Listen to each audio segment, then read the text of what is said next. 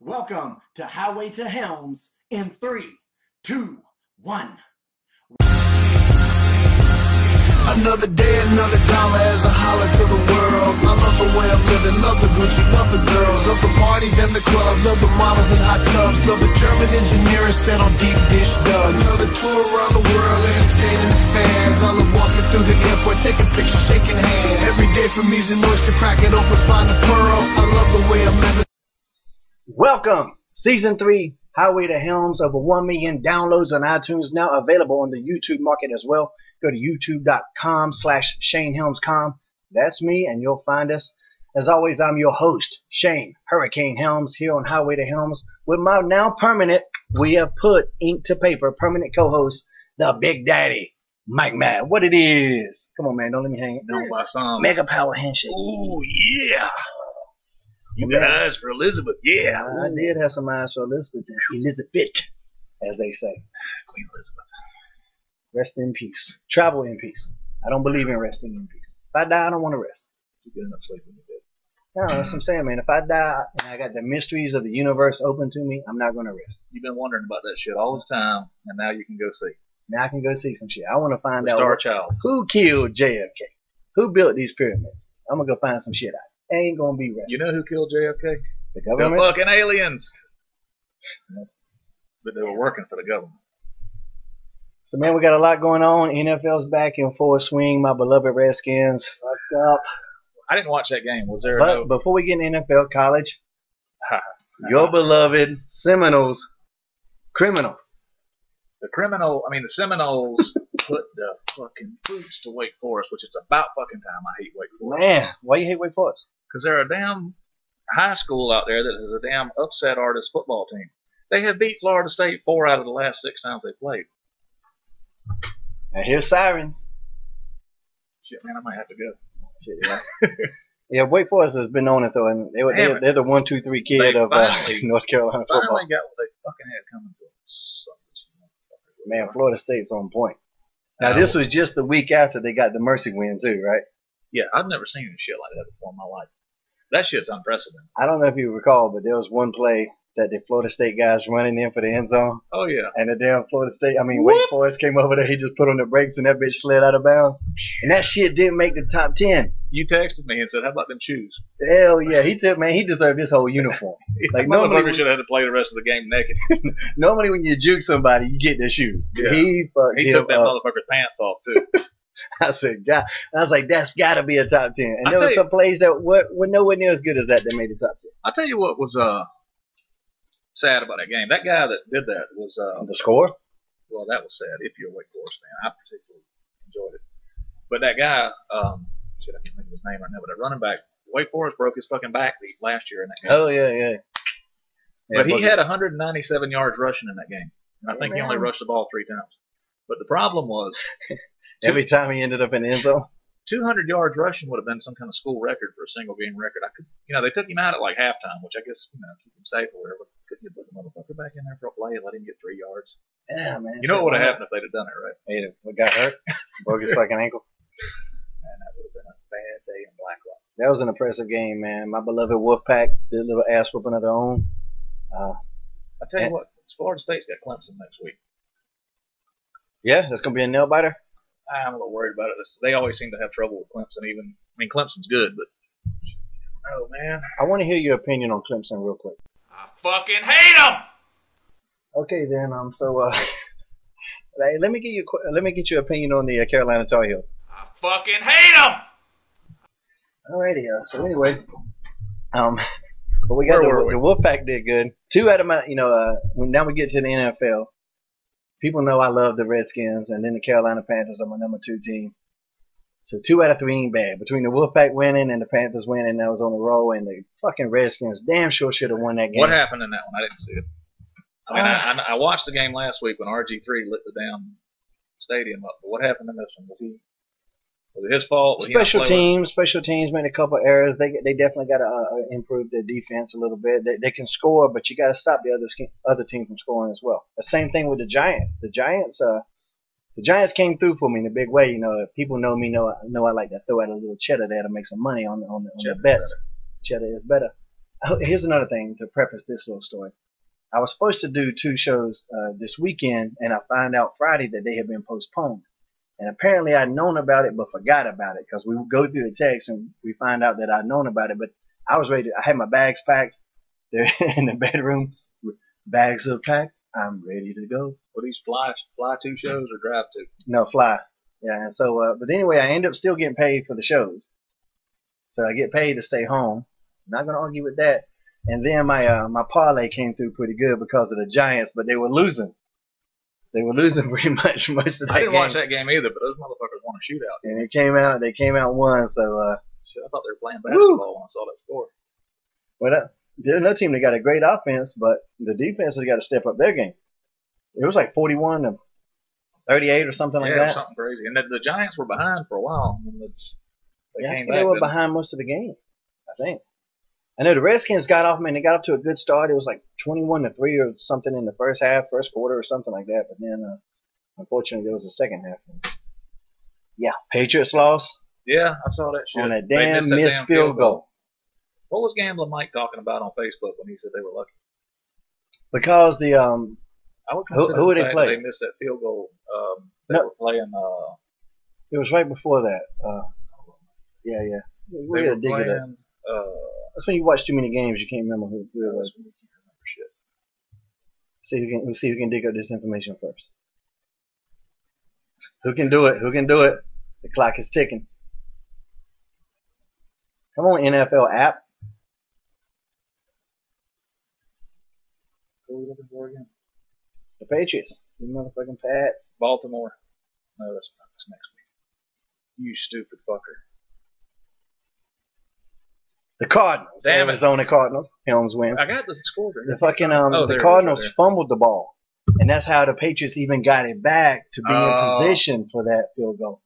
And that's what Gambling Mike, my cousin, was talking about. The Patriots got to be the luckiest fucking team ever. And he does hate them. I like the Patriots. I like Tom Brady, man. When they're on a roll, they do it, man, as like it's supposed to be. Teams. Yeah. I just think it's better for business when everybody is mediocre and no talent. I think it's better when you get that 1 or 2 or 3 dominant teams out there and other people are trying to take them down. I mean, he's just cool in the clutch. I love that shit, man. He's almost a cyborg out there, just robotic, going out there and just cool. And you know who doesn't like him? People that lose all the time. Bledsoe. Yeah.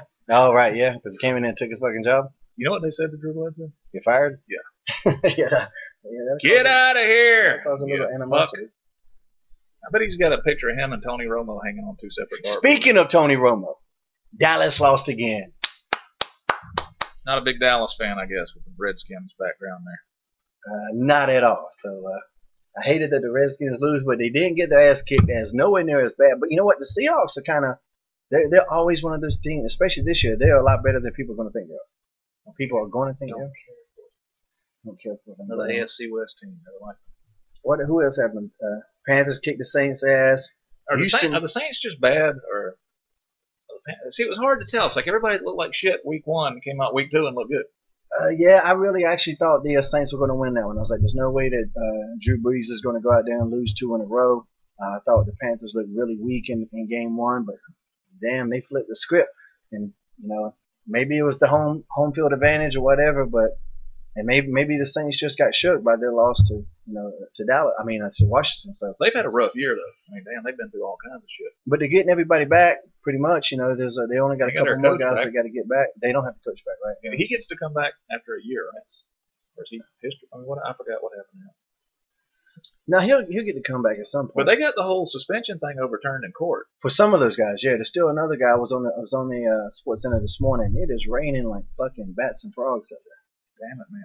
Shit, raining sideways. Glad we're inside the house. I think there's a hurricane. What about Reggie Bush, though? Reggie Bush goes to the Dolphins. He gets away from that Kardashian booty. That Kardashian booty, that shit must have been good because he lost his legs there for a while. She had him all fucked up. Yeah, lost his legs, lost his Heisman Trophy. He lost everything. But, man, he's in Miami. He was showing his ass all this week. Showed it to the fucking Raiders. Your beloved Raiders. Your number 2 team, right? Was that your number 1? No, they're my number 1 team. It's just... And your number 2 is the Panthers. Yeah. And the thunder rolls and the lightning strikes. See a little country music for your ass over there. That shit is sideways, man. That ain't we're under a tornado warning, though. Are we? Yes, until 5:30. What time is it? Hurricane does not job to a tornado. I can slam a tornado. I'll tell you what, my ass will be down them stairs like a fucking bolt of lightning. That shit's going. Look Your at that ass shit. can't do anything Well, like a that's bolt true. of lightning. If you yell Shazam and a bolt of lightning came in here. Damn, boy. Speaking of Shazam, to my comic geeks out there, I've always hated the character DC's Captain Marvel because Black Adam's my favorite. Black Adam was the heel. It never made any damn sense why he lost to Captain Marvel. But in the new 52, I might be switching. I'm still gonna love Black Adam, but I'm starting to get into the Captain Marvel Shazam character. Historic comic book question here. Okay. You start talking about this. Speak up, boy. I think that motherfucker's gonna be here in a minute. Wasn't there some kind of controversy back in the Golden Age about that Captain Marvel character? Didn't another comic book company have it? And then Marvel Comics formed, and they took the name, and there was some kind of fucking controversy about that. You know what I'm talking about? Well, yeah, that's why Marvel always has a Captain Marvel, because DC's Captain Marvel. DC has a Captain Marvel, and Marvel has a Captain Marvel. Marvel has the legal rights to the name Captain Marvel. But didn't DC have it first? Like the Captain No, I Marvel, don't think the so. Shazam, the one with the wizard that gave him the powers? Yeah, that's the guy, but that's why they always call it. That's why the book is always entitled Shazam or something like that. Yeah, it but can't be titled Captain Marvel. Didn't they let the copyright run out on that name or something? Marvel snatched it up or something? That could very well be the case. There was some kind of bullshit. Honestly, if I was DC, since they did a reboot, there's been talk of naming that Marvel family, that like instead of Captain Marvel, calling him Captain Thunder. I would do that. You don't want to do anything that reminds your audience of the competition. So just get rid of the Marvel family. Call him something else. Call him Captain Thunder. It's the same shit. No, I wouldn't do that. Because when you hear Marvel, you think of Marvel Comics. So since they did the reboot, which they've done, and I just read, I don't know how big of a fan you still are or whatever, the Justice League 1 through 12, amazing. It's amazing. The art is ridiculous. I was never a big DC fan, but DC's a lot older company, aren't they? I don't know which one company came first. I think Marvel Comics has only been around since like the 60s. I think. That might be something I should know. But see, I was never a person that took sides. Just like in wrestling, I talk about all the time. I don't understand why fans got to be either TNA or WWE. Gang mentality, boy. Gang mentality. Democrat. I just don't. If you're a Democrat, you hate the Republicans. You got it for no reason. And if whatever a Republican says, you got to agree with it. If you're a Republican, even if it's wrong. Your boy Mitt Romney just came out. Another gaffe. He is the king of the gaffe, is he not? He might need to get a better speechwriter. What do you do now? Was talking about how like 47% of Americans, whatever, like they don't matter or whatever because they're freeloaders or some shit like that. But they can't all vote, right? He's an asshole, man. I'm telling you, I'm not the biggest. Ron Paul is my man. I probably might go with Gary Johnson, I guess, as the guy. And if we get more people just to not vote for either one, if you don't vote for Democrat or Republican, if we could get a majority of the country just to give up on this outdated, broken-ass two-party system, that's the only way we can make some change. That's the only way we can make some change. That shit's way too polarizing. Yeah. It's just, you don't get to be in the middle somewhere. You've either got to go all the way over here or all the way over there. And what I noticed, I'll put up on my Facebook. You can go to my facebook.com/ShaneHelmsCom. I'll put up a little thing, and if it's something that Democrats have done that's stupid, Democrats have done that is stupid, I'll put it up, and then automatically there's some Republicans going, yeah, well, what about this? Boom, boom, boom, boom, boom. Or Democrats going, yeah, but what about this? Boom. Like nobody can just admit, yeah, that's fucking stupid. Yeah, we fucked up. Like, why can't if you came to me and go, Shane, you did this and it was stupid, I would go, yeah, well, what about Hulk Hogan? He did this. Like, that's just trying to misdirect. You're trying to deflect. That's called the whose shoes are those? Motherfucking shoes are those. That's like when you're a kid and you've done something wrong and your parents catch you and they're getting ready to go to your ass and you go, hey, wait 1 second. Whose shoes are those? It's like you think they'll go, oh, and then they'll all of a sudden forget what they were fixing to go to your ass about. Hey, man, we ain't got our logo up. Where the fuck is it? Bam!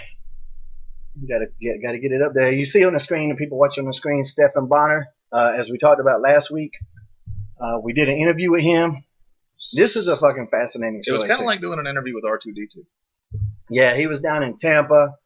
We do these on Skype whenever we bring in a guest on Skype, and there's no way to control the internet connection. Internet traffic is like highway traffic. At rush hour it's going to be awful, but even certain other times you just can't control it. It is what it is. Start doing the show at 2 o'clock in the morning. I know. So it was real bad. I didn't want to put it out there.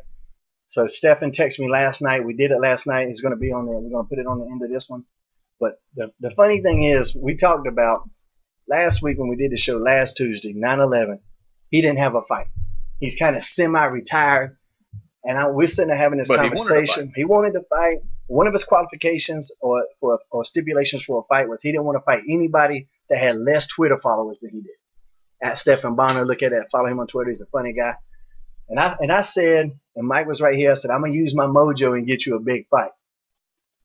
Now, some people are saying, and by that I mean just myself, some people are saying that I'll say it too. Literally the very next day, he gets a call. Now he's in the main event, UFC 155, with Anderson the Spider Silva. I made that happen. Are you going to get that over here? Hell yeah. I'll come over. October 13th. Right now I don't have a date because I was supposed to be in Russia. The Russia date got postponed. Damn it. I'm going to make it to Russia one day. I'm coming for you, Drago. Coming for you. I'm going to make it to Russia one day, but so that got postponed and I haven't filled the date in. I think I got an offer, but I might just want to stay home and watch the Bonnar Spider fight. Tape that motherfucker. I won't watch it. I mean, it's going to be Chuck Webner. We talk about it with him, so stay tuned because that's going to be up on here too. Real quick, let's go to this short commercial break. Shop Matt Hardy, your place for all your official Matt Hardy merchandise. Stronger Than Death t-shirts, wristbands, autographed 8x10s, and limited edition memorabilia. The website offers a user-friendly layout, and we accept all major credit cards as well as PayPal. Keep coming back. I got a family to feed. I'm Veda Scott. I'm back on the Highway to Helms with the latest ROH TV report. Now this week we're featuring a special road rage edition of ROH. That's when we take matches from our iPay-per-view or our live events and we show them to you on TV. This time we're coming from Boiling Point in Providence, which was about a month ago. Got some tag team action, Scum, Jimmy Jacobs and Steve Corino versus the Briscoes, as well as a singles match between Charlie Haas and Unbreakable Michael Elgin. Except this time, instead of Roderick Strong being in Michael Elgin's corner like usual, he's out to show support for, well, he said it's his favorite wrestler, Charlie Haas, but I think the fact that Roddy's on strike from the House of Truth might have a little bit to do with this. We also have an Inside Ring of Honor segment where we start to talk about some matches we have upcoming for Glory by Honor, which is going to be in Toronto. Next week, huge match going to be on TV. It's the mixed tag match from Boiling Point. Sarah Del Rey and Eddie Edwards taking on Maria Kanellis and Mike Bennett. I don't want to spoil anything for you, but you'll have to tune in to see if Maria finally got what was coming to her. That's all I have for you this week, but I will see you next week. I'm going to send it back to the Highway to Helms. I'm Veda Scott. Boom! How about that? Hey, what do you think about those commercials, man? Matt Hardy is a marketing genius. He'll put himself over. He'll put some over. He's not afraid. But you know, if you can't put yourself over, who can you put over? If you're not a fan of yourself, how do you expect other people to be a fan of you? So I don't hate putting anybody over. Fuck that shit. How do you feel about putting people over? I fucking hate it! Why are you so angry? I'm angry and I'm hurt. Hurt about what? I don't know. When I figure it out, I'll let you know. We got to say, props to Jerry Lawler. He kicked out. Heart attack, splints put in, whatever. I don't know exactly what happened, but he kicked out. He's back in Memphis. So, good job on that. Won't even sell for death. Kick right out. Kicked out on 2.5. Oh, he's still in Matt's shit. Matt's going to be angry now. See, we just built an angle. There you go. Heat on Lawler. It's never been done before. I also got to thank a couple sponsors. I normally do this at the beginning of the show, but we just jumped right into things. Got to thank HotSpots.com. Any wrestling merchandise, paraphernalia, whatever you need, championship belts, action figures, masks. And some of you people need masks. Don't act like you don't. And HighSpots.com is a sponsor of the Chin Lock for Chuck the Chin Lock for Chuck, which we're going to talk about in just a few minutes, as a matter of fact. We also got to always mention Figure4Apps.com, the makers, producers of Steel, the only official pro wrestler iPhone app, and WWE. The WWE app just literally jacked one of the features from I'm a Wrestling Fan app. Because you can't have nothing. I can't have nothing. They literally jacked my shit, but that's all right because WWE's app is great. So congrats to them. I don't give a shit you take my ideas. That just means that I had some good shit going. I'm a fight fan. This is for MMA fans. Download it. You'll love it. It's free. iPhone, Droid. I'm a race fan. This is only on the iPhone right now. To be on the Droid when we get time, because right now we got paid shit to do. I'm a Comic-Con fan. If you've never been to a Comic-Con, Mike, I know you haven't, man. You got to go check them out. I'd love to go. Dude, it is a blast. We also got to thank RF Video, the producers of the Shane Helms shoot. Still the only official Shane Helms shoot out there. But you get Highway to Helms every week. You know, I don't need to do a shoot to tell the truth. I tell the truth all the time. That being said, let's go to this little highlight video of some of the other people. You just look at it and you'll see some of the other stars that RF Video does right now. There's a couple good ones on there. Paul Orndorff, see them, Raven, Kevin Nash, Scott Hall, Honky Tonk, Brett, the Hitman Hart, and Bob Backlund, I think I saw, Bobby Heenan, Eddie Guerrero, the Sheiky, baby, Shawn Michaels, the beloved Shawn Michaels, my buddy, Sonny, Barry Windham, Roddy Piper. Who's that? Looks like the Road Warriors. Tori Wilson, dude. Oh shit. George Yamo Steele. And Billy Jack Haynes. Oh yeah, Billy Jack Haynes. Good. Speaking of looking good, damn. Michael, you jealous? You jealous, man? That's my boo. That's my little boo. Quit licking the screen. Yeah, but chin lock for Chuck. Mike, you want to go into it? Give me a little bit of details on that. Well, Chuck Coates, friend of ours, battling cancer. Second time. Kicked out on 2 that first time. He's going to kick out again. He does need some help financially, medical bills. You know, he's been out of work. Being good friends of his, Shane and I are working together to put on a charity show. We've nailed the venue down. It's going to be at Northern Durham High School sometime probably during the month of January. Date will be forthcoming. The card will be announced soon. Million guys in the business are stepping up and volunteering to help Chuck out. Yeah, that's the great thing. We reached out to guys. You know, I just kind of put a broad, generalized message on my Facebook, on my personal Facebook, and had a lot of guys come out. So we're going to set it up. All these wrestlers are coming out wrestling basically for free, donating all the money to Chuck. I'll be there. I'm gonna bring my 8x10s, my official professional 8x10s.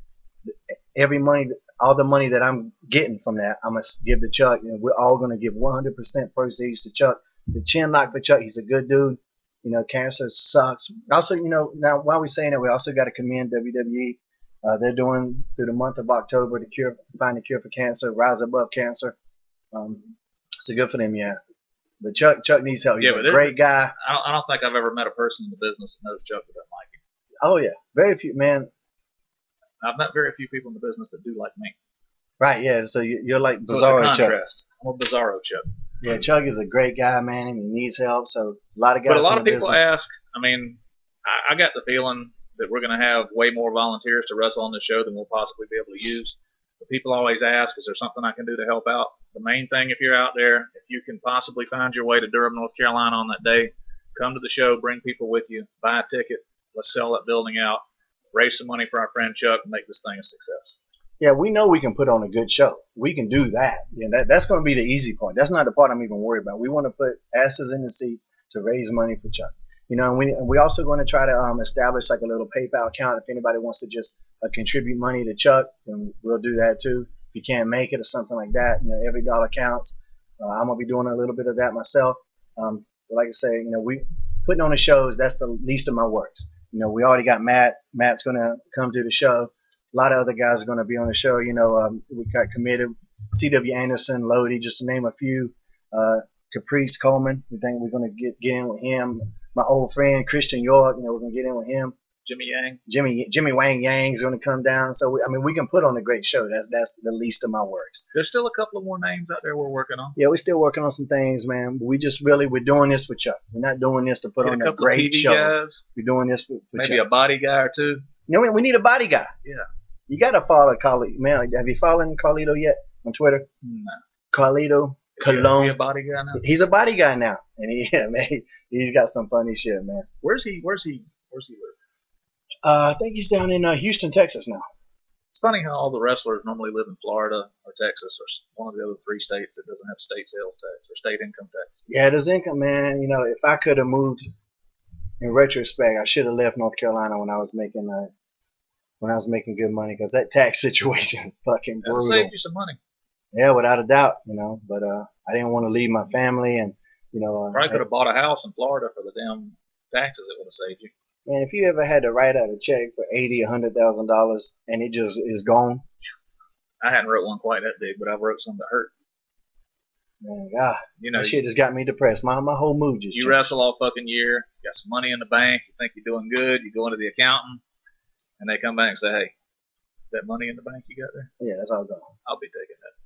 That's the thing too, man. Like living on the road, the expenses are just ridiculous. And like a lot of people don't understand quite how write-offs work. They think write-offs come off your taxes. No, it comes off your income. Yeah, it comes off your income. They think that if you got to pay $30,000 in taxes and you got $20,000 in write-offs, that means you only got to pay $10,000 in taxes. No, What that that's means not is if how you it make works. $100,000 and you can take $30,000 off before you figure the taxes. Yeah, now you get taxed on 70. So the money is still gone. I always got people trying to get some kind of business situation with me, and it's like, man, where's the write-off? And I'm like, well, what do I get? Because the money is still gone, whether it's written off or not. The money is out of pocket, gone. Like this. What do I get out of this shit? And I've sponsored a lot of stuff. A lot of the charities that I've You know done. what that means when they say it's a write-off? You're going to lose money on this, Yeah, but we want you to do it anyway. They just don't want you to lose. You're not going to lose as much as Yeah, it's still gone. Yeah, because it's going to save you a little bit on your taxes. So if you're going to lose 10 grand, you're really only losing 7. Hey, what a deal. What a deal. What a bargain. That's a bargain for me. Man, damn, we're not allowed to ever talk about taxes on the show. I don't ever want to talk about taxes again in my life. Mike, how do you feel about taxes? I fucking hate them! You're just filled with hate today. I'm a hater. You know what a hater's going to do. Haters gonna hate. What flavor haterade? I'm drinking a little mango flavored haterade at the moment. What did I think that was when I saw it sitting on the table? A urine sample? What am I, Leota Machida? Do you know his story? The guy from India Or Brazil? One of the two. drinks a bottle of his own urine every day. In the morning. There was an Indian prime minister that used to do that too. Prime Minister? Something like that. No, Leota Machida wakes up as something that seemed like I think the story is that his dad did. His dad got into it, but like the first piss in the morning apparently has some kind of nutrients in it or some shit. I don't know, but the first thing in the morning, and guys, double check my facts, fact check me. I'm not Mitt Romney. You can fact check me and be all right. But I think that in the morning, the first thing he does is drink his own piss. And You know what I'm my dead. first question to him would be? Why? Why in the fuck would you do that? Why in the fuck? What are you going to go get a hoagie roll for later when you got a big turd to come out? Let me. Little fucking parsley on that bitch? I mean, come on. My question is, even if it's loaded with nutrients, have Fuck you it. never heard of fucking vitamins? It's piss. you ain't got no vitamins nowhere that you can get those. Like, if there's a bunch of calcium in there, you know what? They make calcium tablets that don't taste like Piss. So, If somebody told me that litter box you got downstairs with them 2 cats shitting in it was full of vitamin C, I'd drink some fucking orange juice. they could tell me that it would cure AIDS and I wouldn't fucking drink it. Especially if I didn't have AIDS. Especially, you don't. Like, you know something I don't know? Hey, man, HI just waiting on V. Speaking of Matt Hardy, Matt Hardy did a little appearance on that Ring of Honor IPPB this week. I think he's got hopefully he's got some more appearances coming up. Speaking of which, I got me an appearance this weekend in, how do you pronounce this? Let's take the title off so people can seize this. Fallout. This is for Pro Wrestling Blitz, BLITZ.com in Joliet, Illinois, just outside of Chicago. Is that Jerry Lynn? I can't see. That is Jerry Lynn. Jerry Lynn versus Vic Capri, I think, is the main event in an extreme hardcore match. Or the main event might involve Hurricane Helms. I don't know what the main I event thought is. Jerry Lynn was hurt. Is he better now? Apparently. Apparently he's going to be in this match. So that's where I'll be this weekend. That's Saturday night. Jerry Lynn is a damn workhorse too. That is a hard working man. Jerry Lynn, I like to sometimes give my credit, and by sometimes I mean all the times, for being one of the pioneers of the hybrid style that's so popular now. When I was Sugar Shane, there wasn't a lightweight in the world that wasn't copying my shit. Before me, there was Jerry Lynn. Jerry Lynn was a guy that just combined that the lucha libre, the Japanese, the American style. All that. Jerry is a pioneer of this style. And you can go back to the guys like Rocco Rock, not Rocco Rock. Mark Rocco, who is it? Rollerball Rocco.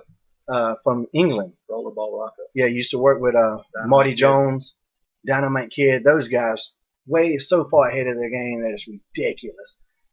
I always want to say Rocco Rock just because I'm Rocco Rock. I can't get down. Why'd he break the whole rhyme down? Wasn't somebody like beating Johnny Grunge's ass right behind him and he kept on going with it? He just started rapping. Yeah. Hell with it. What is Rocco's name? It might be Mark. It's Mark Rollerball Rocco, isn't it? Is it? I think so. Mark Rocco? Regal would know. Steve Regal gave William Regal gave me a tape of Marty Jones and Rocco, and man, it's ridiculous. I've seen matches with him and Dynamite before. We were just talking about Dynamite earlier.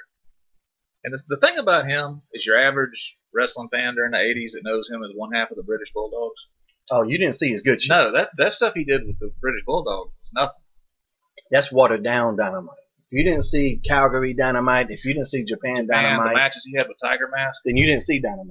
Man, you just did. Good. I didn't see him until the first time I saw those matches when I was in Memphis. Louisville. They were on training tapes that Jim Cornette gave us. I'm like, that's the fucking Dynamite kid. The first thing that I noticed was he weighed 185 pounds. Yeah, it was. He wasn't walking around going. Yeah, when he was a bulldog, now he was bloated. He was a damn bullfish. Well, he was probably so big he couldn't fucking move then. But you read his book. Didn't like his book. I'll be honest. He's a bitter motherfucker. Yeah, it didn't have a lot of personality in that book.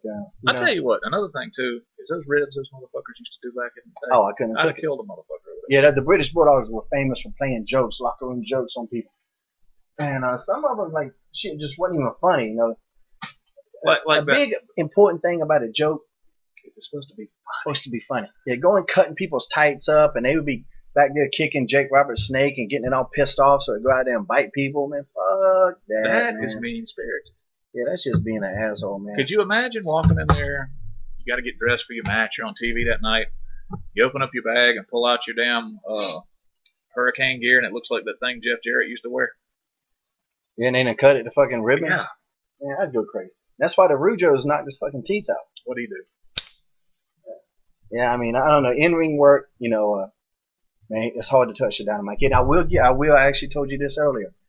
I thought I was the only person that had ever done a top rope super gut wrench suplex. Thought I was the only one. I got to mark it off of my list of shit that I was the only one that done because I watched fucking Dynamite Kid did that shit like fucking 30 years ago. That's one of these things about this business too. It's fucking hard to come up with something to do that somebody hadn't already done.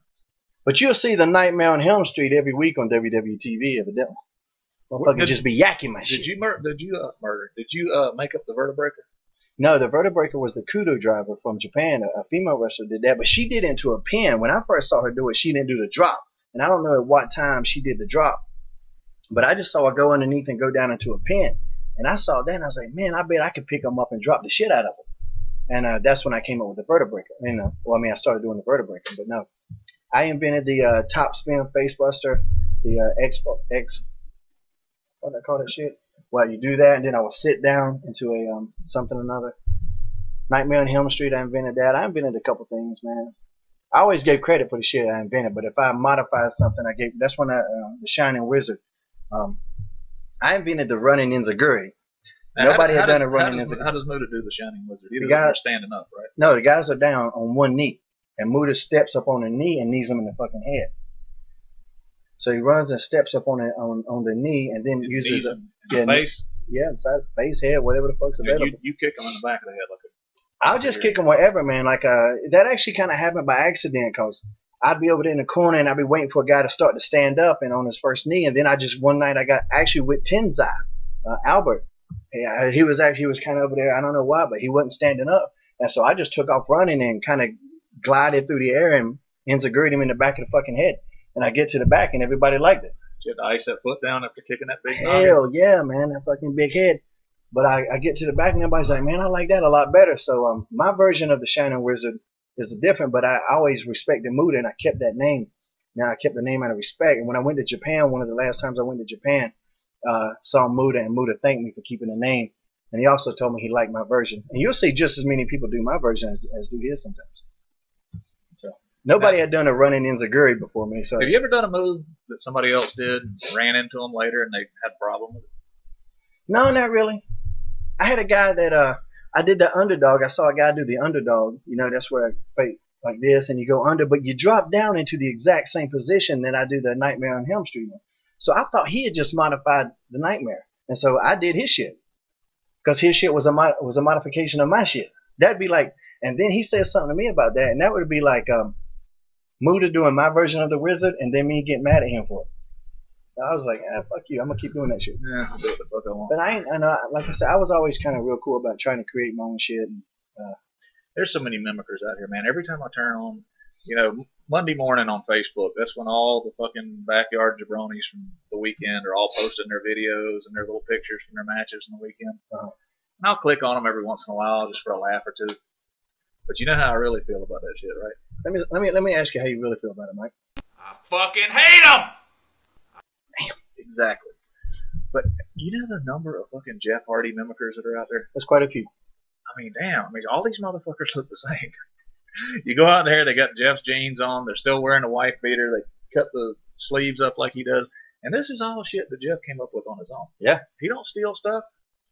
That is an original right there. But hey, I guess you say imitation is flattery, right?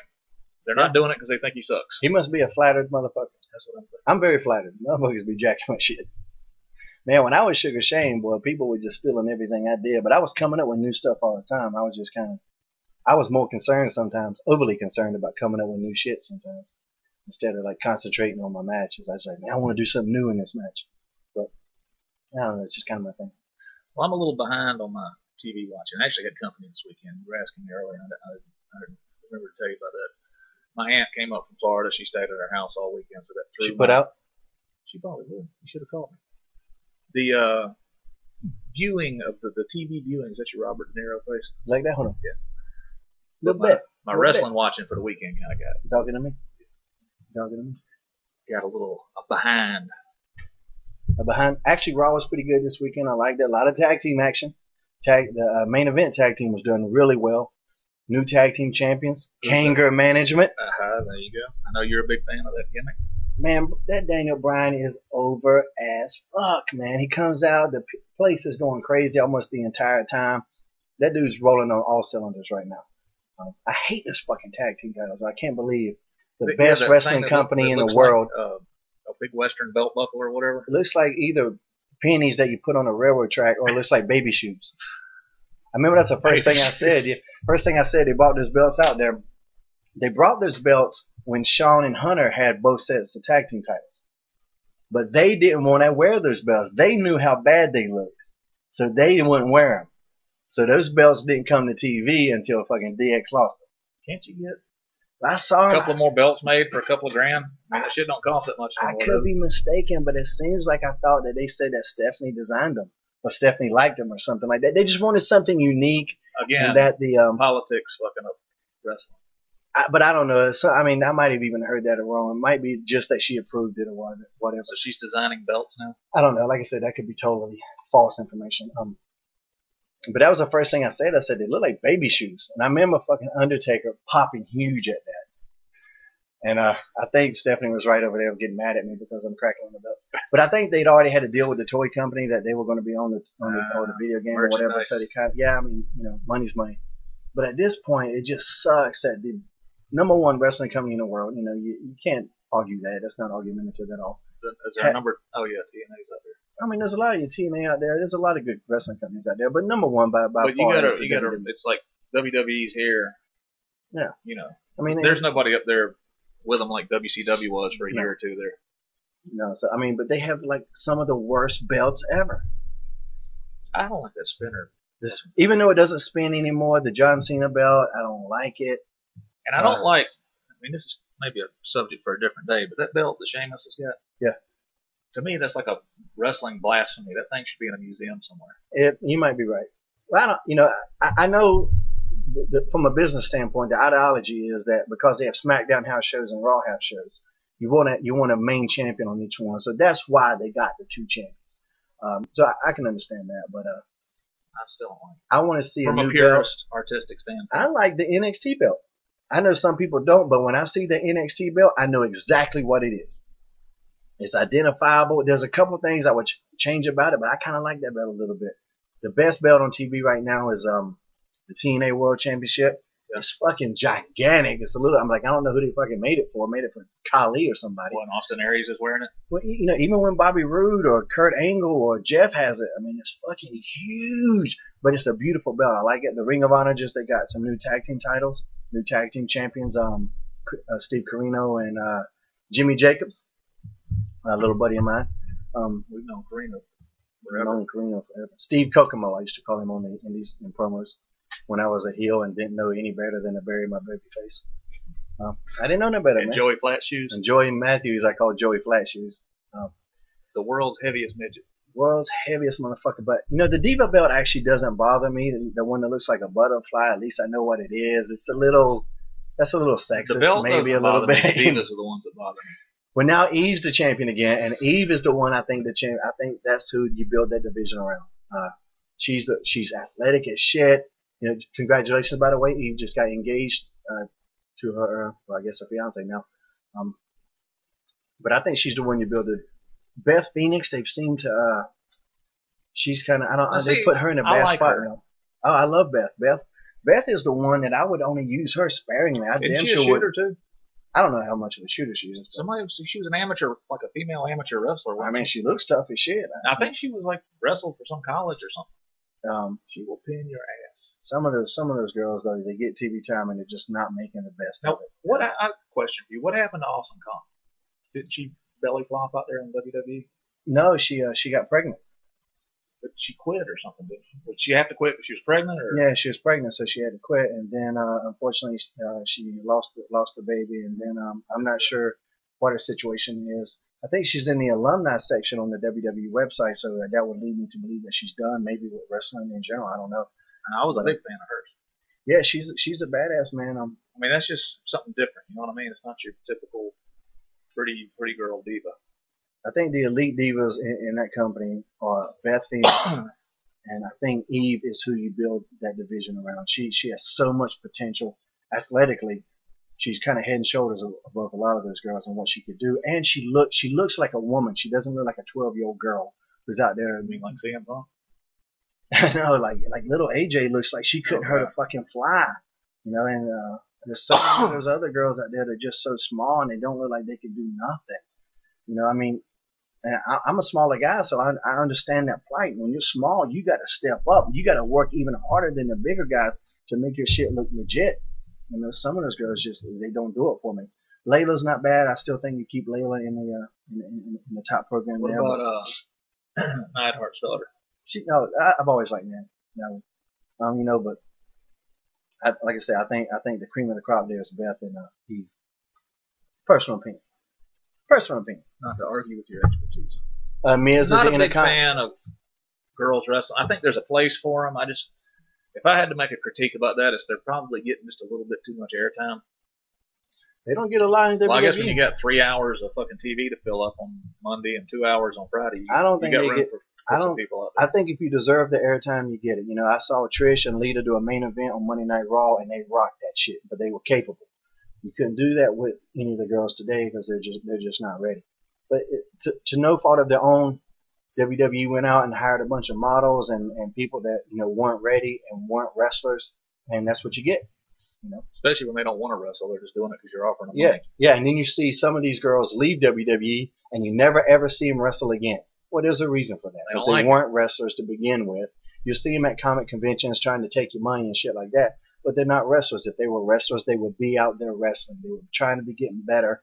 And I don't like people that don't try to get better. You know, I understand if you're not great, what we do isn't easy. Lisa Marie. Always wrestling. Lisa Marie, remember how she got her start? Wrestling. She was one of the Godfather's hosts. And she wanted to be a wrestler. She wanted to be a wrestler. She came and she actually came to me and said, I don't think, they're probably going to phase this thing out with the Godfather here. I really don't want to, I'd like to. I said, go tell them you want to learn how to wrestle. Tell them to send you to Memphis. That's what she did. That's how she got her Memphis start. Well, yeah. I mean, she went to them because I think they were. I mean, she saw the writing on the wall. The angles about played out. I mean, because they were bringing in. Remember when he was doing the hose? They were going town to town and just bringing different ones in. Well, they finally decided to just get two. Did she win the title? No, that was Bobcat. Yeah, Bobcat. Bobcat won the title. The hardcore title. Yeah. Yeah, I remember. She was the hardcore hoe or something like that. Damn sure was. You'll never see. Now she's a hardcore snow. Hardcore snow. There you go. Big Daddy chimes in. You're proud of that one, ain't you? Yeah, I can see that grin in the monitor. Okay. What the hell are we talking about? We were talking about wrestling, which is a segue to my next forget that project. Let's run through the list of champions. I want to talk about that. Tag team champions in TNA. Kazarian and Daniels. I think they're rolling on all cylinders. the TV champion is Devon, and he's no longer with the company. So maybe What happened with him? he's not there anymore. They didn't re-sign him, or he didn't resign, or something didn't get signed. I didn't hear that one. That sucks. So I don't know if he resigned or just didn't re-sign. But so they thought he said they said resign, and he thought they said resign. So could have been. It could have just been they didn't put the hyphen in there. I'm a big Devon Dudley fan. Yeah, me too. I would have liked, the thing about that TV title could be used like, I don't want to get into it. Well, at least they use it like a TV title's supposed to be. It's a TV, you defend it on TV. Of course. It should be every other week.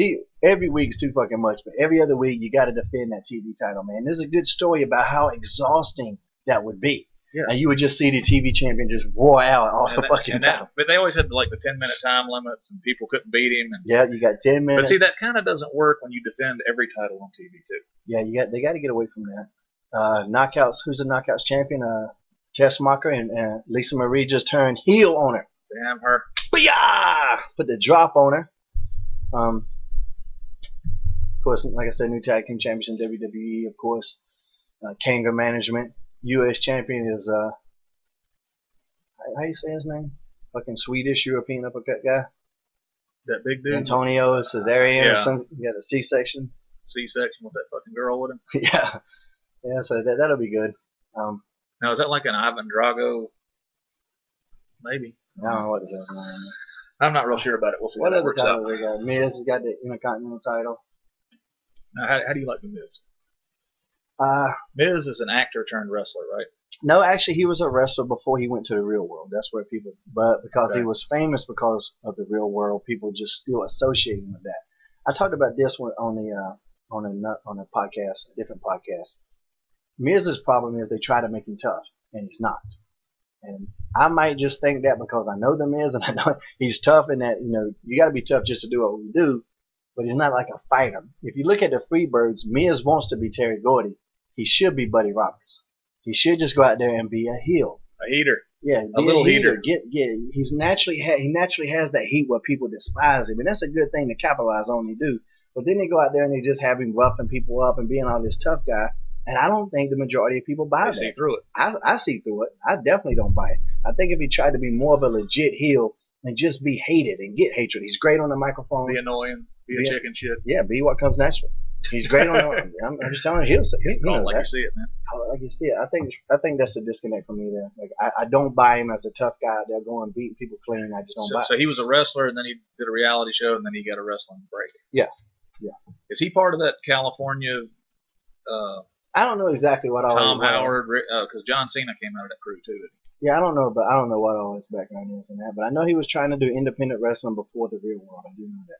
And I was one of the guys that actually spoke up for him because we would go out, to clubs and different stuff, and people would recognize him like right off the bat. And I remember talking to Johnny about it. I was like, man, people recognize this guy right off the bat. There's got to be something to do with it.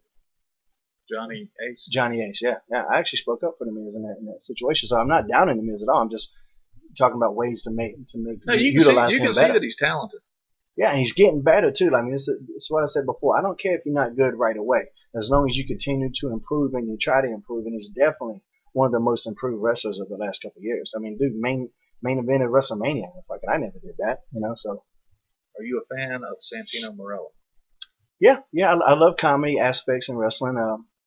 He is probably one of the best comedic performers ever. His in-ring work comes and goes, Legit, he's a fucking shooter. He can probably go out there and hurt your ass. He's a sambo guy.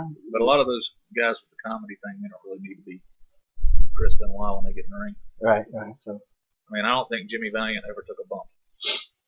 But he might have just, relied on the comedy so much that he didn't need to. That's the thing. When I was the Hurricane, man, if I went out there and did a bunch of wrestling moves, the people would just be like, kill the Hurricane.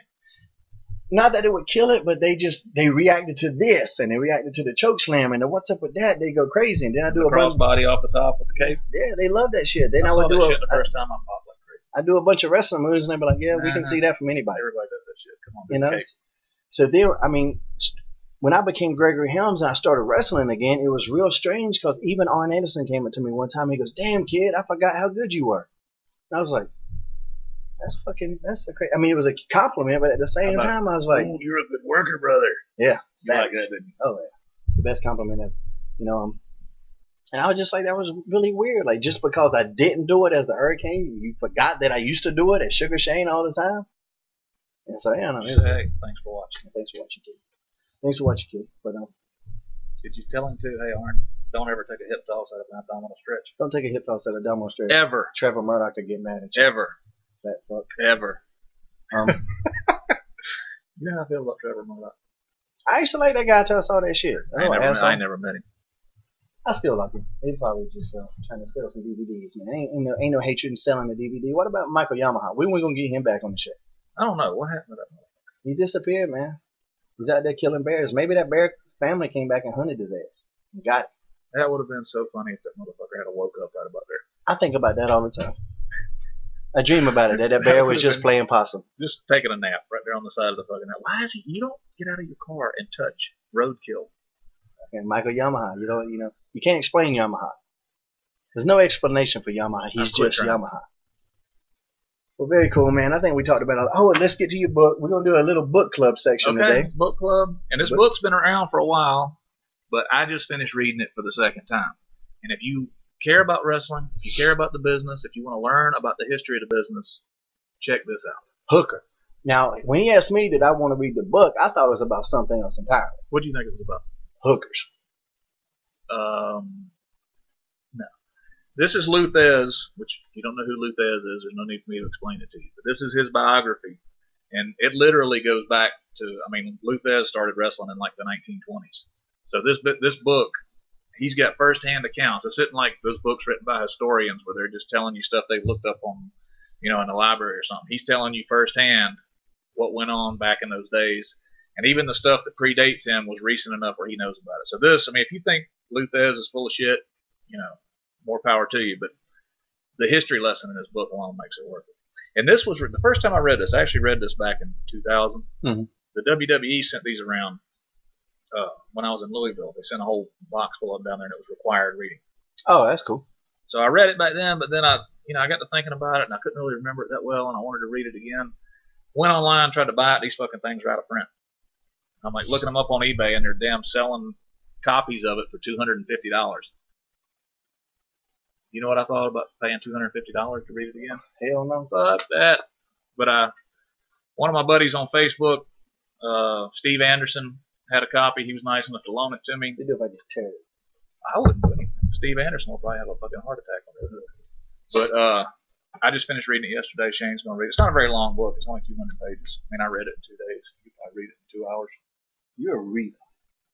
If I'm interested, I can read. I'm reading 2 books currently. Let's see it. I do that now. Like I just kind of go back. It's that little book club section. This is The Darker Mask, Heroes from the Shadows, little anthology series, short stories from different people. So I'm only into the first one, this one, so I don't really have a lot to say about it. I'm just reading. This one, pretty popular book. The God Delusion by Richard Dawkins. Doesn't mean I believe anything. I just read different opinions about stuff. And that's the guy that was the host on Family Feud? No, that's not him, man. He's just a preeminent scientist, talks about, he doesn't believe in religions and stuff like that. And I kind of have my own doubts about a lot of organized religion. I'm not a fan of organized religion at all. But I'm not trying to take a stance. Organized religion is very oppressive. It's very oppressive. I think it holds us down. Kind of like being in a political party. Yeah. So, and I don't like people that call themselves biblical scholars, because normally when you're a scholar, that means more than one book. Well, actually, technically, the Bible is a lot of books. Yeah, they say that, but that's just like saying that book, like this right here is a bunch of short stories. That's an anthology. This is not the books of the Darker Mask. It's a collection of, short stories. So, like I said, I like to read different points of view on that. Richard Dawkins he's a genius scientist. I kind of tend to believe people like that more so than I believe the average Joe that's getting paid thousands of dollars to quote from a book that he didn't even write. And that's a scam. But he is paid. That's a scam. That's some good money. It's good money if you can do it. Luthez said a very profound statement in this book. Did he put me over? What he said was about wrestling. You know how you hear the argument about wrestling being a sport or being a business? Right. He said the minute you sell a fucking ticket to a basketball game or a football game or a wrestling match, it ceases to become a sport and it becomes a business. Without a doubt. That's my argument with college athletics. They make billions. It's a billion. If you count all the schools, you're into the billions of dollars. I would say. Yeah, that's the perfect business there. You got people that go out there and bust their ass to earn you millions of dollars, and you don't have to give them a fucking dime of it. Didn't we abolish slavery? Yeah, no shit. Out there getting their fucking necks broken shit, and if they get a free tattoo down at the tattoo parlor, they fucking get it all stripped away. Yeah, they fucking ruin their life over it. But the same thing, I'm very hypocritical in the fact that I can't stop watching. I'm against the fact that they don't pay these kids. I know they're scamming the shit out of people, and but I can't stop watching. Don't feel too bad for them because trust me, they are getting paid. It's just they're not supposed to be, and it's the ones that get caught that you hear about it. Yeah, but I bet there's a lot that don't get nothing. There's a Probably. lot that don't get shit. So anyway, coming back to this, it'll be me by myself with a one-on-one interview with Stephan Bonnar. I'll go ahead and tell you once again, the internet connection wasn't superb, wasn't up to par, but there's nothing we can do about that. But at least you can make this one out to a degree. Stephan Bonnar headlining UFC 155 October 13th against Anderson the Spider Silva. Another man that don't get paid by the hour. He don't get paid by the hour. So we'll see how that goes. But anyway, thanks everybody for tuning in. Heaven forbid. Highway to Helms.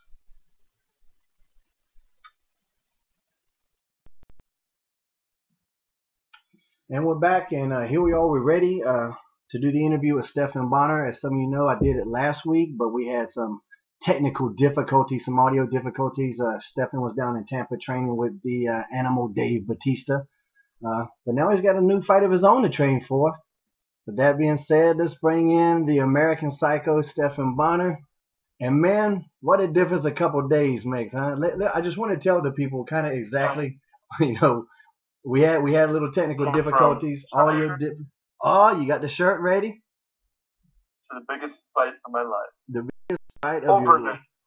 Overnight. We did an interview with Stephan last Tuesday, 9/11. That's the reason I remember the date was 9/11.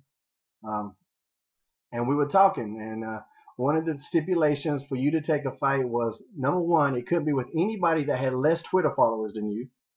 And then I said that I'm going to use my mojo and talk to Dana White, or send my mojo to Dana White. And so some people are saying, and by some people I mean just myself, are saying that I had something to do with it. But the very next day, you get the fight of your life with the guy that people consider, you know, a lot of people consider the pound for pound best fighter in the world, Anderson the Spider Silva. What happened in that one day? I mean, can you just take us through that? I know it had to be crazy for you. What all happened? How did it come about? That is. It's so funny, man. Yeah. The day before, I'm talking to you, and pretty much like, you know, I know it sounds like a joke, the whole Twitter follower thing, but I'm serious about that. Like, many times in my career, I fight the guys before, you know, everyone knew how good they were before they got the title, like Josh Johnson, Lee Yoda, and Rashad. And yeah, I'm late in my career. I don't want that. I want to fight someone more popular. And I tried. I tried for my page right after I won my last fight, and really tried hard again, along with Forrest, to coach the next season. And that got denied. And I was just coming to grips with retirement and talking to you about it. And yeah, a day later, sprinkled some magic dust on a voodoo doll of me. Hey, I got an action figure. You don't even need to make a voodoo doll. Yeah, man. The bobblehead. I don't know if you see him. The bobblehead did it, man. That is that was really funny. Yeah, and as you're talking, you wanted to do a Ultimate Fighter. You wanted to coach against Forrest, to do a trilogy fight with him at the end of that, and Dana wasn't for that. But the next thing you know, Dana needs a star, needs a star fighter to fill in for a headline on a pay-per-view, and who does he go to? That's got to make you feel good, though. Yeah, you see how things snowball? All I got to do is beat Anderson Silva, and voila, I'll get the coaching gig with Forrest. I bet you.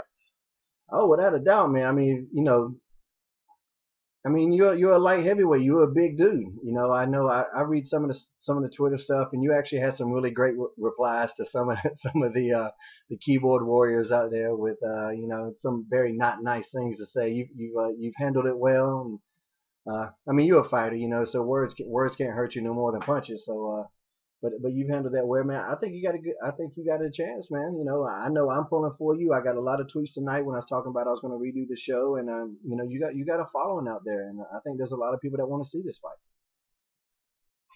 Yeah, actually, I'm pretty sensitive right now. But like, I don't mind being the underdog. You know? People say I don't got a chance. Oh, that means there's no pressure. You know. I mean, I swear, my last fight against Kingsbury, I was a 4-1 underdog. But I felt so much pressure. Here, I'm the more popular guy, and like, man, if I don't win this fight, I can't get anything I asked for, any of the big fights that I want. And I just felt the pressure of the world. I mean, I got ahead and you know, now I don't feel any of that. It's great. Yeah, I can see that. It's at 13-1, I think was one thing I read, and like I say, you know, I bet a lot. That's a good money bet. You know, anytime you got those kind of odds with a guy that has the ability, and you do have the ability to win that fight, that's what we call a money bet. You know, you throw $100 down, you end up with 1,300. If something happens, it's the fight game, and anything can happen. 13.5-1. Oh, that just feels good. But like you said, yeah, it's got to be good not to have the pressure. It's got to take something off your shoulders. I imagine, yeah, it could be, you know, Anderson. He's got a legacy now. Every fight he's in is to protect the legacy, you know, because people only remember your last fight. If you look at somebody like Fedor, who had that such a legacy, all that people remember now is that he got smothered by Bigfoot and then got knocked out by Dan. You know, these seem to, the fair weather fans are very casual. Verdun trying to, that was when first of all, that was the one. That was the one that, whoa, this guy is human. And hey, maybe I could show the world one of those moments of that person. Yeah. This guy isn't Superman. So that's what you got to. So Anderson has to protect that legacy. So you know he's probably under a little bit more pressure. So advantage to Stephan Bonnar in the psychological department. So you're already in his head. Yeah, we're fighting in the backyard. You know? That's another thing that takes a lot of pressure off. Like fighting in someone else's backyard, you're just there to spoil their night. Are you gonna have some? A huge dog fighting in his backyard.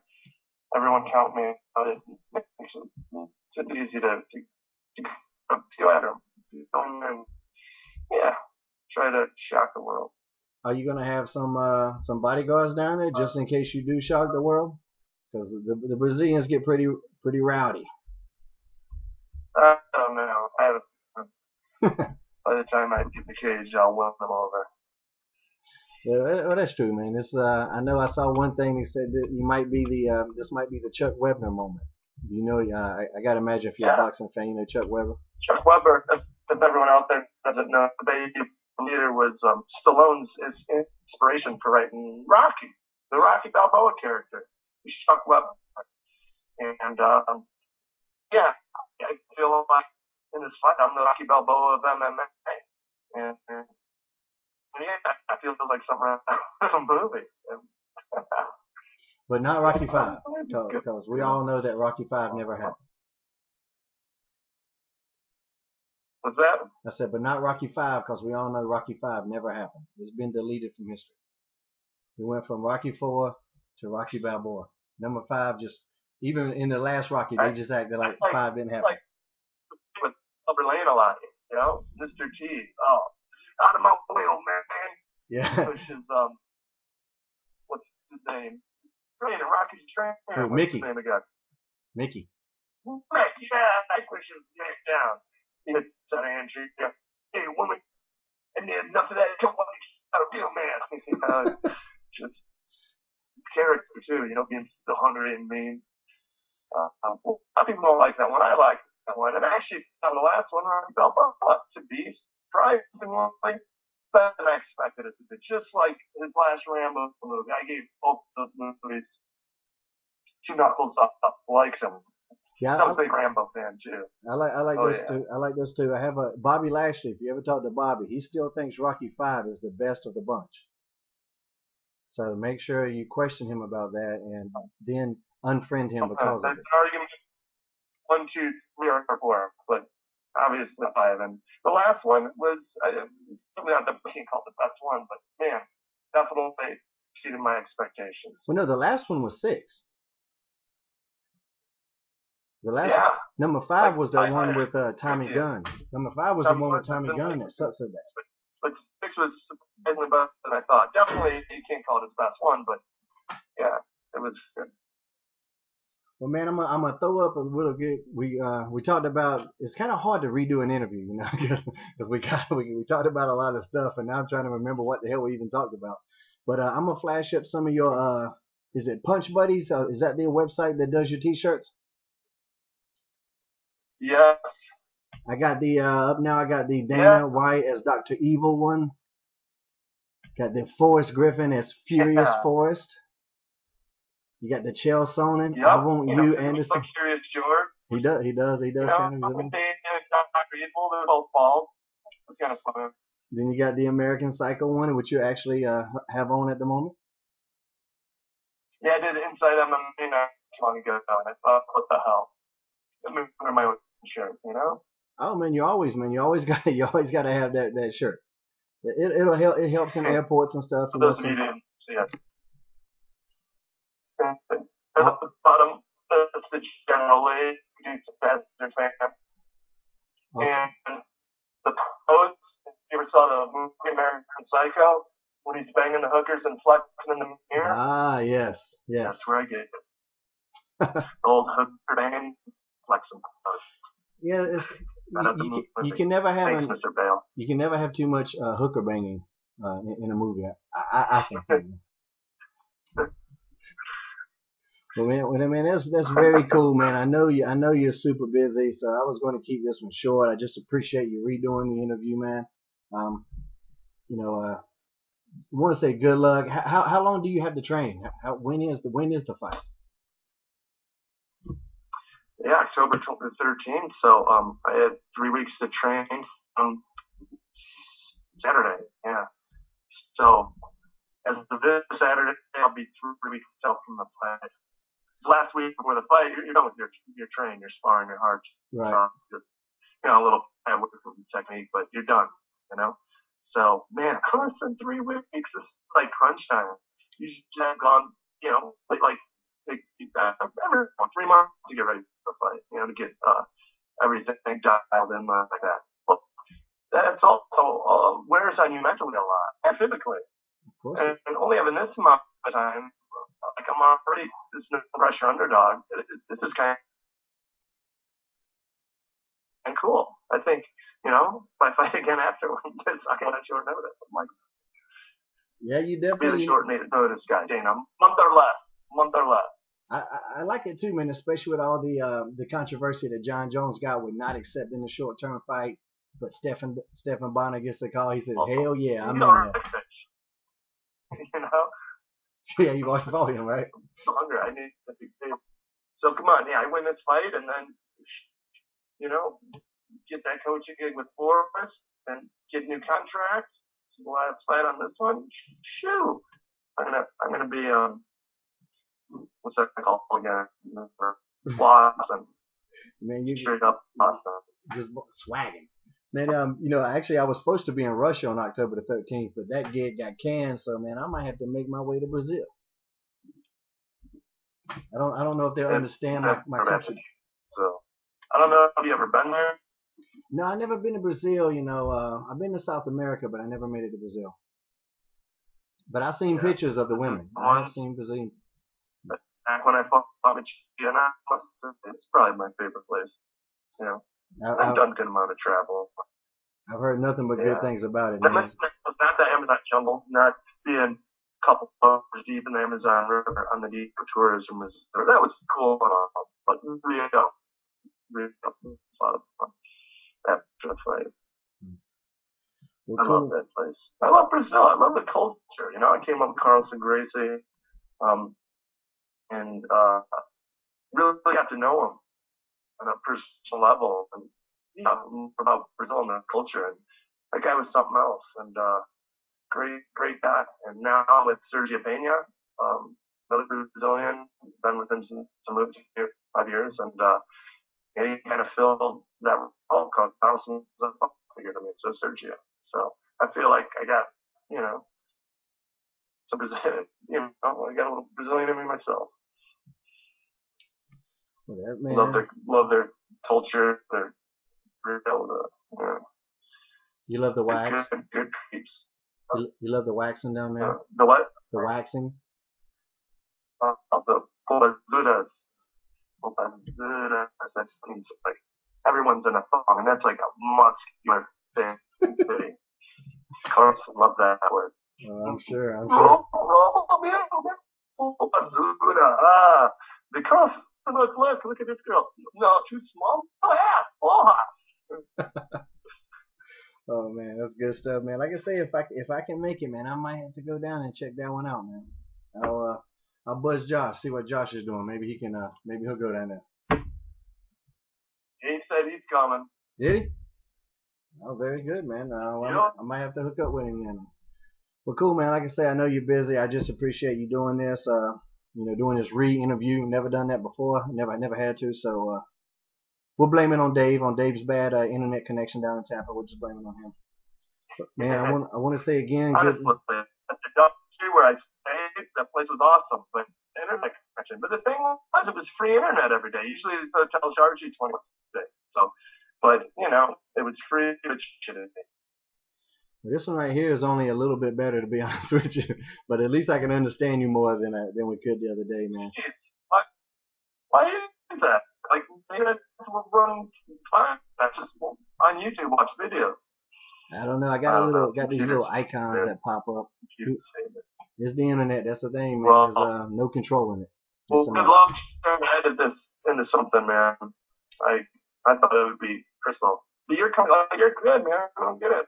On my computer, you're coming in loud and clear. Man, that's because I got HD. I got HD quality. So when you get the big paycheck, from this fight, you got to invest in some HD. I got high-speed internet. I feel off now. It'll be good, man. Well, anyway, what is the T-shirt website again? Punch Buddies. Punchbuddies.com. Go to punchbuddies.com, people. Check out the Stephan Bonnar T-shirts. He's got a slew of them that are very cool. I got your name up on the thing right now. There's the one. He's popping it up. At Stephan Bonnar on Twitter. Follow this guy. He's got a chance to shock the world. And man, it's going to be awesome if it happens. I'll be watching. If I'm not there, I'll be watching on pay-per-view. I promise. And check out GarrettsFight.org. Go to GarrettsFight.org. YouTube and watch the trailer. A kid with Down syndrome who really martial arts kind of helped save his life. He was overweight and lonely, and no one hanging out with him. He didn't belong on anything. And he's been doing martial arts now a couple of years. Been competing in San Chow. Now he got MMA matches, and now he belongs to something. He teaches kids classes, gym memberships. Is in good shape. He competes, has friends, and just a really great story. So we started not-for-profit organization to raise money for the kids with special needs like him to do martial arts belongs. What's that website again? GarrettsTrailer.org? Garrett's Fight. Garrett's Fight. Garrett's Fight. GarrettsFight. Garrettsfight.org. And YouTube Garrett's Fight. There's a trailer on there. And go to the website. Yeah, but only a couple bucks, man. We got items up for auction too, like autograph stuff. So yeah, every little bit helps. Yes, man, that good karma. See, that good karma came back on me. That's what that was. Well, again, man, text me that website when we get off here, and I'll be sure to tweet that and put that on my Facebook and stuff like that, and get it out there to help you guys out. Get to training, man. I want to see you shock the world, man. It's gonna be awesome. All right, Shane. Thanks for having me, buddy. All right, later, buddy. Appreciate it. You bet. Take care now. You too. Bye. Bye. Yeah, what a cool guy. Once again, gotta thank Stephan for redoing this interview again. Internet connection wasn't as great as it can be, but that's the internet for you. What can you do? There's literally nothing you can do but just hope it works. Hope it works. What can you say? The guy gets to fight Anderson Silva.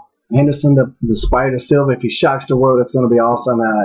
As all MMA enthusiasts know, Anderson's one of the best fighters in the world, if not the best fighter in the world going today. And so he's got his hands full, no doubt. He's got his hands full. Anderson right now is a 13.5 to 1 favorite to win the fight. It's in his own hometown. But Stephan Bonnar is a big boy. You know, they're going to meet at light heavyweight, not at Anderson's normal 185, although Anderson has won at light heavyweight a couple times. So it's going to be interesting. I'm going to be watching. I hope you guys are too. And that's it. Hope you enjoyed this special, extra special edition. My first UFC main eventer on Highway to Helms. We're growing, and I got to thank you guys for doing that, and thank all the sponsors that continue to help the show grow. Got to thank the H2H waitress. She did all my testing today. Did my sound test, my video check. Look how pretty. Look at my high def. Look at my high def. You got to thank the bobblehead. The bobblehead knows. So anyway, thanks everybody for tuning in. Heaven forbid, Highway to Helms.